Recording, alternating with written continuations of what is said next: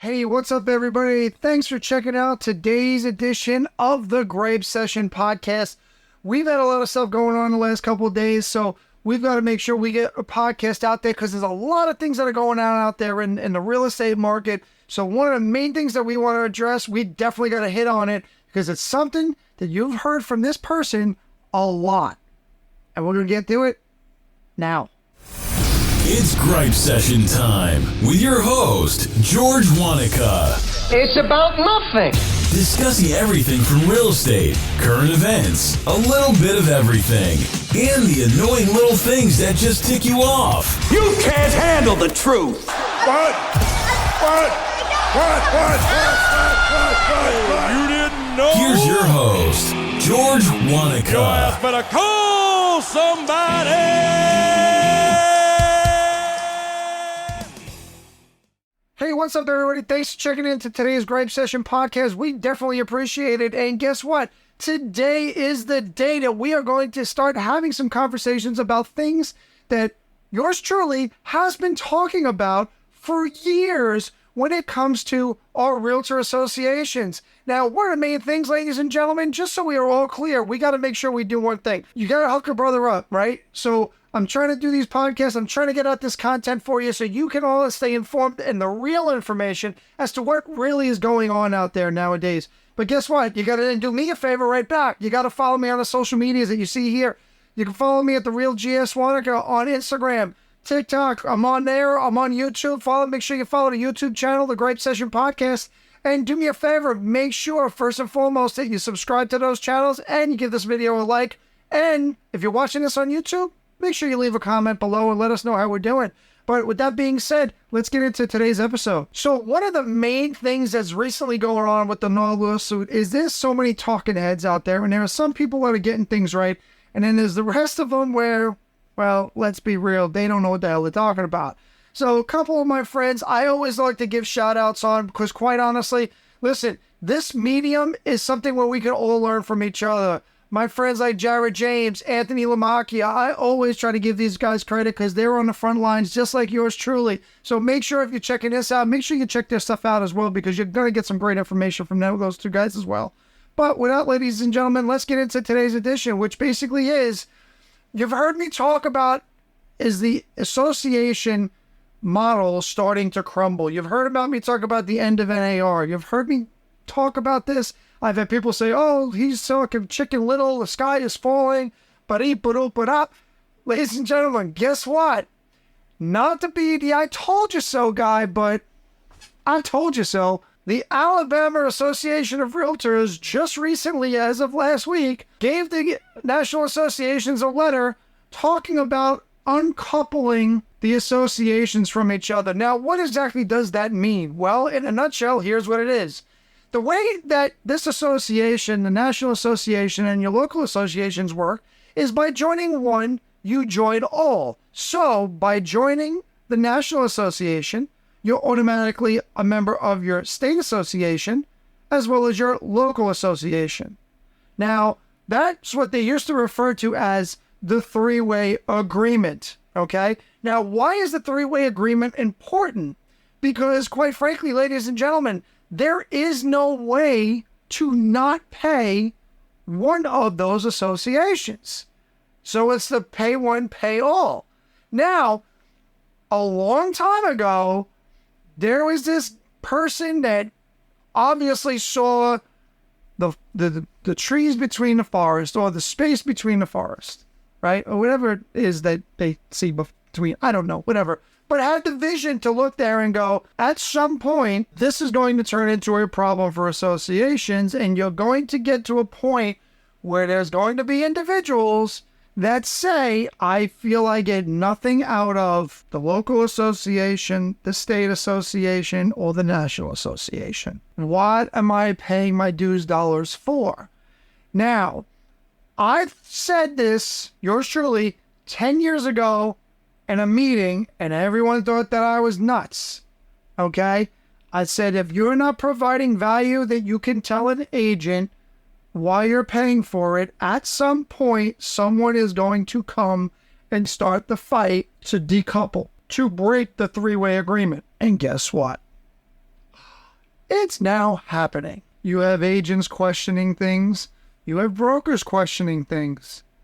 I recently had a broker ask me a question on a number of different topics, such as these educational joints. My state association takes trips every couple of years to Italy. A trade mission, they refer to it as. The National Association has other trade missions that they do. The question is, how does that benefit the everyday member? More importantly than all of that, where do we see this in any budgets? Oh, they're not in the budgets. And ladies and gentlemen, this is where 10 years ago I said it. Now everybody's starting to find it, and everyone's talking about it. It's one word: transparency. There is a lack of transparency. That is the problem. It's been the problem, and it will continue to be the problem. Now, everybody thinks that, oh, George, based on the fact that you didn't win for office, you wouldn't be pushing this stuff at that point. To my response to that is, that's garbage. Because when I was running for office, I was saying the same damn thing. And let's not get it twisted. There are some I'm rooting for our associations to be able to ride this storm out, because there are some good people there. I know some great people at the national level, even at the state level, even locally. There are some good people that are there. The problem is not necessarily with those people, ladies and gentlemen, although now they should have the power to increase that transparency. The problem is the people that came before them, right? And you know who these people are. I don't need to start throwing those names out there or any of that kind of stuff, or give time periods and that kind of stuff. All you got to do is, quite honestly, go look. It's out there. Those people never address the issue. But those are the same people that if you would go on Facebook and that kind of stuff, you'd see, other realtors. Thank you for your service. You've all heard me say this stuff before. It's asinine. Thank you for your service. Well, if the service you provided was kind of crappy, are they really thanking you for crappy service? Because you put the organization and its members in really crappy situations and really crappy positions, right? That's just the facts of the matter, right? Now, did I think that a lot of this stuff was going to happen long before it did? Absolutely. You want to know what I thought? I thought this was going to hit ahead during COVID, right? Now, why did I think this was going to happen during COVID? I didn't think that this lawsuit, the Sitzer-Burnett lawsuit, was going to be able to do this. I thought COVID was going to do this, right? And people would ask me, why would I think that COVID was going to have the effect on the three-way agreement? Well, it's real simple, ladies and gentlemen. There's no difference between that and that what you had, the time you had on your hands when you were at home looking at your bills and you were trying to figure out, am I paying for things that I don't need and I don't use, such as subscriptions to things like Netflix, Disney, ESPN, when they're all bundled together, but I'm paying individual subscriptions. Oh, I can save this amount of money by doing this. I could save this amount of money doing that. That's where COVID came from. What else came out of COVID? Companies designed to look to see, do you have conflicting subscriptions to save you money? Right? All came out of COVID. And I told a bunch of people at that time, all of a sudden, this is what's coming up. It's going to happen. Watch. Now, I thought I was off on my prediction because I said it was going to happen during COVID. And that obviously now is a number of years in the rearview mirror at this point. But it ain't that far away. So why do we talk about this? Well, ladies and gentlemen, hopefully some people that are in leadership will understand that you work for the membership. You don't work to go on these trips and these jaunts. You don't work and volunteer to go to outside of the United States and all that other kind of stuff and not have it show up on a line item. That's not why you do this stuff. You do it to give back to the association. This stuff is, I'm not the smartest person in the world. I'm the first guy to admit it, ladies and gentlemen. Fact remains is, you have to have blinders on to not see this coming. It was blatantly obvious to anybody that would look, or to anybody that would actually listen. Listen, guess what? At the end of the day, maybe somebody's spewing this at a meeting, like me. Okay, maybe we should look at this a little bit. Oh, no, we shouldn't look at it. Why? Because you never thought it was going to ever happen. I have news for you, ladies and gentlemen, and especially to people in leadership. The National Association's been worried about this, whether they will admit it or not, for in excess of 10 to 15 years. It's been a concern. Nobody will ever admit it was a concern, but in the hallways where all those conversations take place, this was a conversation. And the thing that boggles my mind, ladies and gentlemen, and again, like I said, I root for the association because A, there's good people there. I think that the foundation potentially is great, but I think the lack of transparency is something that is absolutely ridiculous. I think that there are other things that we should be doing to promote home ownership. And quite frankly, I'm afraid of walking away from fights. I don't think we should have walked away from this lawsuit. Quite frankly, I've said numerous occasions, we should have bankrupted the organization and started brand new. Tell the attorneys, guess what? Oh, there's no money. Sorry about that. That stinks. Now what? But we didn't. It's in the past now, right? But then how do we rebuild the future?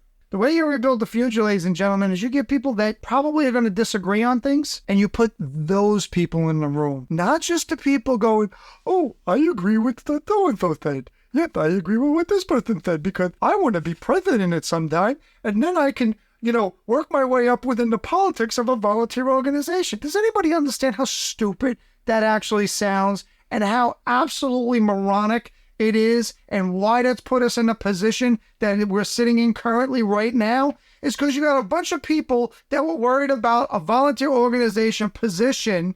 That's what they're worried about, a volunteer organization position, so they could get a thing to go hang on the freaking wall that, oh, I was president during this time, as opposed to the actual reason that you're supposed to be there in the first place, which is the membership and making the organization stronger and making us a true voice of real estate. Because, ladies and gentlemen, respectfully, that damn thing hasn't happened. That's the problem. That's why your agents are pissed off. That's why brokers are getting more and more pissed off on a daily freaking basis, because we're running away from fights that are the right fight to have. We're getting rid of the brightest people, and I'm not putting myself in this conversation, so let me say that first, but we're getting away from the people that can see stuff coming, and we're ignoring it to our own peril. To our own peril. Now, some of us, like yours truly, I say what I mean what I say.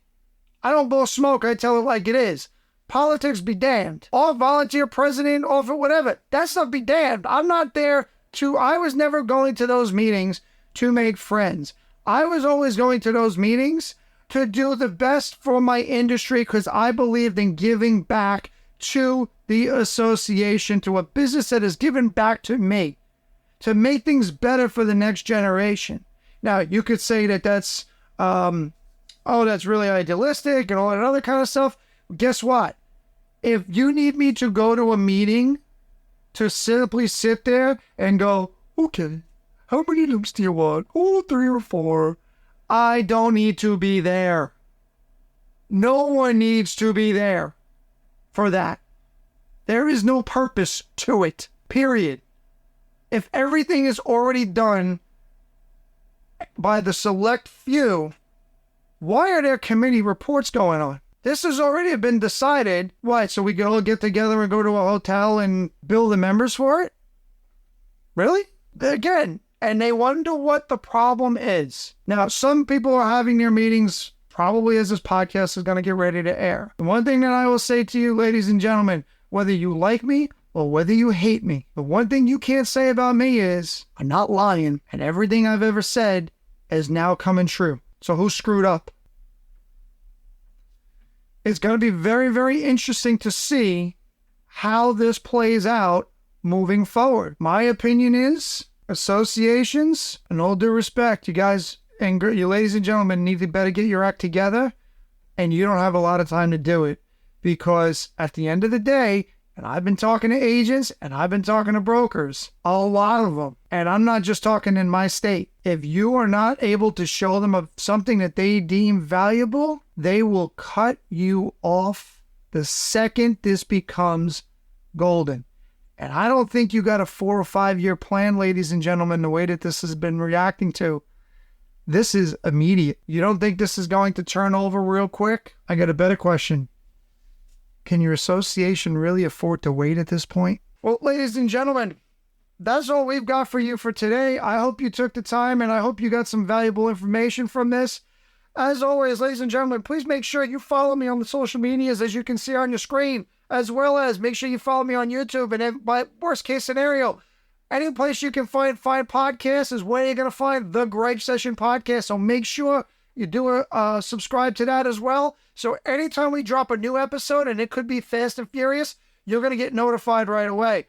For that being said, though, ladies and gentlemen, I hope you have a great day. And remember, as always, do something nice for somebody you wouldn't normally do. And then we'll catch you on the next edition of the Gripe Session. Peace. Thanks for listening to the Gripe Session. Please follow us on YouTube, Facebook, and Instagram.